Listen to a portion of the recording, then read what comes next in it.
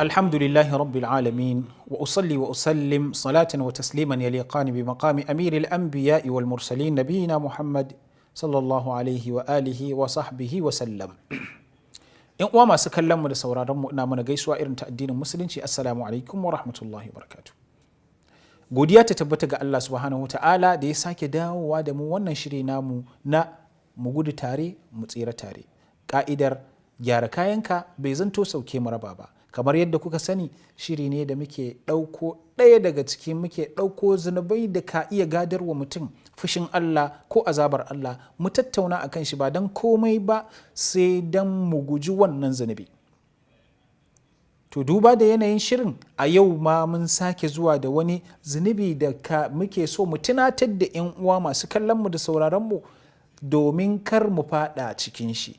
In kuma an yi rashin sa'a an fada cikin shi, to mu yi kokari mu tuba tun lokacin tuba bai ƙure mana ba. Menene wannan zunubi? Wannan zunubi ya shafi ainihin mazaje ne da Allah ya azurta su da ni'ima, wacce wannan ni'iman suka nemi su maida ta kuma ta zanto jahannama a gare su. Menene? Allah ya azurta su da mata fiye da ɗaya, fiye da biyu, uku, har zuwa 4. To amma kuma madadin su yi godiya ga Allah subhanahu wa ta'ala, sannan kuma su riƙe haƙƙin matan nan da Allah subhanahu wa ta'ala ya basu, sai ya zanto sun mai da shi ya buɗe musu wata ƙofa ce ta shiga gidan wuta. Domin Allah subhanahu wa ta'ala ya gwada mana cewa in mun tashi aure mu auri biyu ko uku ko hudu, amma kuma sai ya ce wa in khiftum alla ta'dilu wa in khiftum alla ta'dilu fa wahidatan aw ma malakat aymanukum. In kun san ba ku za ku iya adalci ba, to lallai ku takaita a guda ɗaya ko kuma ma abin da daman ku ta mallaka. To a nan wurin dukkan wanda Allah ya azurta shi da mata biyu ko fiye da biyu, sai ya zanto bai adalci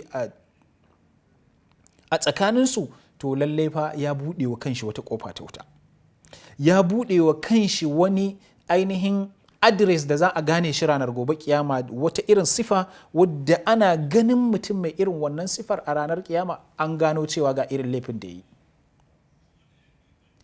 To kenan in Allah ya azurta ka da mata biyu, to ka yi ƙoƙari wurin adalci. Adalcin da Allah subhanahu wata'ala ya baka daman za ka iya yi, akwai adalcin da ba za ka iya ba. Shine ayar da Allah subhanahu wata'ala yake cewa walan tastati'u an ta'dilu bainan nisa'i walau harastum. Ba za ku iya yin adalci ba dangane da soyayya da kuke wa mata ko da kun yi yunkurin haka. Sai dai yace fala tamilu kullal maili fatadharuha kal mu'allaqa.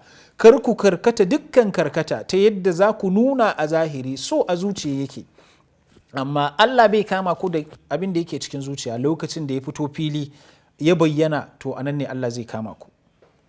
To menene azabar da Allah subhanahu ta'ala zai yi wa wanda ya kasance yana da mata biyu ko fiye da haka, sai ya karkata ya ce wacce ita ce mowa, wacce kuma ita ce bora? Menene zunubin da zai iya samu? Menene sakamakon shi? Annabi sallallahu alaihi wasallam yake faɗa cikin hadisin da Abu Huraira ya rawaito shi, wanda Imam Hakim da Tirmizi sun inganta shi, yake cewa manzon Allah sallallahu alaihi wasallam ya ce man kanat indahum ra'atani famala ila ahadihima jaa yawmal qiyamati wa shiqquhu ma'il. Wata riwayar falam ya'dil bainahuma, duka ɗaya ne.